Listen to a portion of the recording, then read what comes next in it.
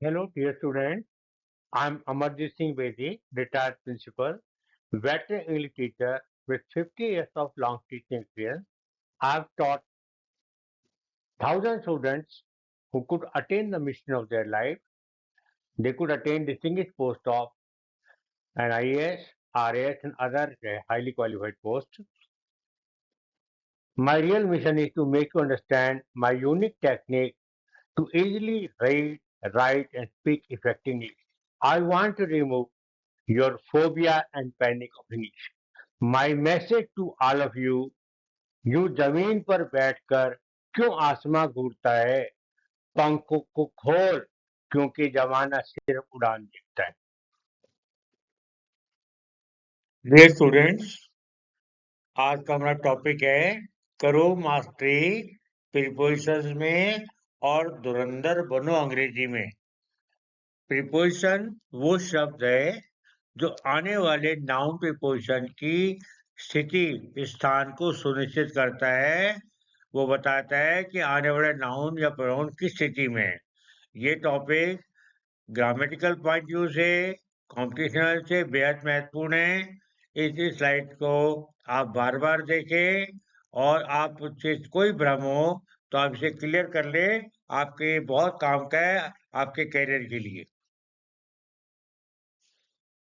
अब सबसे पहले स्टूडेंट्स आपके दिमाग में प्रश्न आता है कि व्हाट इज प्रीपोजिशन, है क्या. तो प्रीपोजिशन वो शब्द है जो किसी नाउन की स्थिति बताता है कि उसके बाद आने वाला प्रीपोजिशन कौन सा होगा. जैसे ऑन का अर्थ होता है पर. जब दो सतह एक दूसरे को छू रही हो, उनमें कोई रिक्त स्थान या गैप नहीं हो तो ऑन लगाएंगे.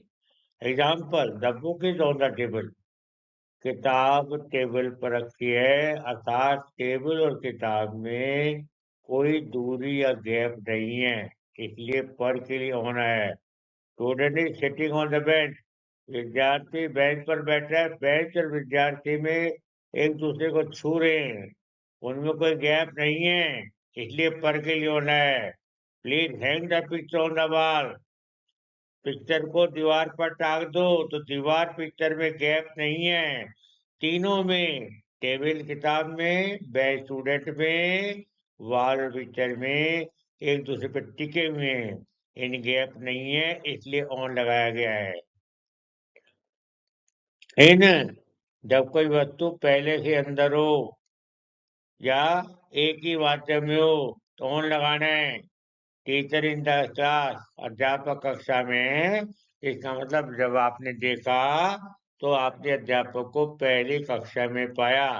A boy sleeping in the class. एक लड़का कक्षा में सो रहा है, अर्थात जब टीचर ने बार बार देखा तो पहले ही सोया हुआ था, इसलिए ना है. इनटू, जब बाहर से अंदर की ओर गति करते हुए दिखाया जाए, यानी माध्यम एक से दूसरे में परिवर्तन हो, तो इनटू आता है. Teacher is going to the classroom. अध्यापक कक्षा में जा रहा है, तो बाहर से अंदर जा रहा है, गति दिखाई जा रही है, इसलिए इनटू है. A boy jumping into the pond. एक लड़का तालाब में छलांग कर रहा है. इसका मतलब पहले वो बाहर खड़ा था हवा में और फिर छलांग आगे पहुंच गया पानी में, तो हवा से माध्यम बदला पानी, इसलिए बेटे इनटू आया है. नेक्स्ट देखिए बेटा, ओवर. जब दो वस्तुओं के बीच में निश्चित दूरी हो तो ओवर लगाते हैं. Pen is over my head. पंखा मेरे सिर पर है, अर्थात आपके सिर और पंखे के बीच में निश्चित दूरी है. Birds are flying over the field. पक्षी खेतों पर उड़ रहे हैं, खेतों और पक्षियों में निश्चित दूरी है, इसलिए ओवर आया है. Upon, when something is going up in the upward direction. ये अपॉन नहीं है बेटे, इन है ये.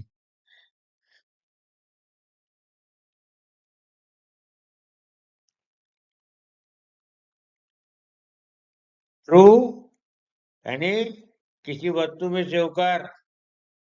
कोई वस्तु प्रस्थान एक सिरे से होकर दूसरे सिरे में से गुजर जाए तो थ्रू का यूज करते हैं. The train is passing to the tunnel. Train गुफा में से गुजर रही है, अर्थात एक छोर से गुजर रही है और दूसरे से बाहर रही है, a man is passing through a dense forest, एक आदमी घने जंगल से गुजर रहा है। या एक thief pass through a tunnel window, एक चोर खिड़की में से गुजर गया, आर पार हो गया, इसलिए थ्रू है। नहीं देखिए बेटा, डिफरेंस बिटवीन एट और इन स्थान के लिए। एट का प्रयोग हम छोटे स्थान कस्बों के लिए करते हैं, छोटे नगरों, छोटे शहरों, कस्बे, तो एट लगाओ। महानगर हो, मेट्रोपोलिटी हो, तो आप इन लगाइए। देखिए example, he lives at Alwar, Alwar रहता है, अलवर कस्बा है, छोटा शहर है, इसलिए एट है। ही लिव्स इन दिल्ली, वो दिल्ली में रहता है, दिल्ली महानगर है, इसलिए इना है। My sister lives in Mumbai, मेरी बहन मुंबई में जय रहती है, तो ये जो महानगर है दिल्ली मुंबई, इसलिए ना है। मान लो एक ही वाक्य में दो स्थान आ जाए, तो जो तुलनात्मक उससे छोटा स्थान होगा उस शब्द एट आएगा, और जो स्थान तुलनात्मक से बड़ा होगा उस शब्द इन आएगा। देखिए, my brother work at Jaipur in Rajasthan, मेरा भाई राजस्थान में जयपुर में काम करता है, तो जयपुर राजस्थान तुलना में छोटा है, इसलिए जयपुर से पहले एट आया बेटा, इसलिए राजस्थान में ना है। देखिए, Mahatma Gandhi was born at Porbandar, Gujarat, Mahatma Gandhi का जन्म गुजरात में पोरबंदर में हुआ, तो गुजरात की तुलना में पोरबंदर छोटी जगह है, इसलिए पोरबंदर में एट है, गुजरात में ना है। अब देखिए नेक्स्ट देखिए बेटा, difference between at and in स्थान के लिए। माय ब्रदर बस ये तो हमने कर ही लिया है, नहीं दीजिए। अब बेटा बिटवीन, दो वस्तु, दो पर्सन, दो वस्तुओं के लिए मध्य के लिए आप बिटवीन लगाएं, और दो से ज्यादा हो तो अमंग लगाएं। फिर सुन लो बेटा, दो व्यक्ति दो वस्तु के मध्य बिटवीन लगाना है, दो से ज्यादा हो तो अमंग लगाना।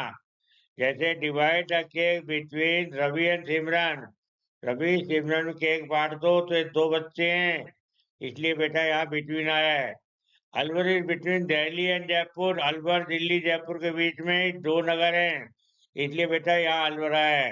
Among the chief guest gave the prize among the student, मुख्य अतिथि ने विद्यार्थियों को पुरस्कार बांटे, तो विद्यार्थी हैं दो से ज्यादा, इसलिए अमंग है। अब देखिए, what the difference between among and among, ये बहुत अच्छा क्वेश्चन है, ये ग्रामेटिकल भी और कॉम्पिटिशन भी अच्छा है बेटा। अमंग्स का प्रयोग तब करना है जब उसके बाद में आने वाला शब्द जो है वो वोवल हो, स्वर हो।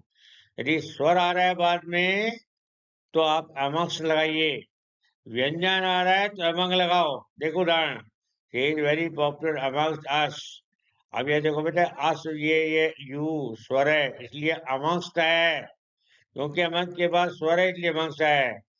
She is very popular among her student, देखो स्टूडेंट्स, हर है बेटा, ये व्यंजन है इसलिए अमंग है।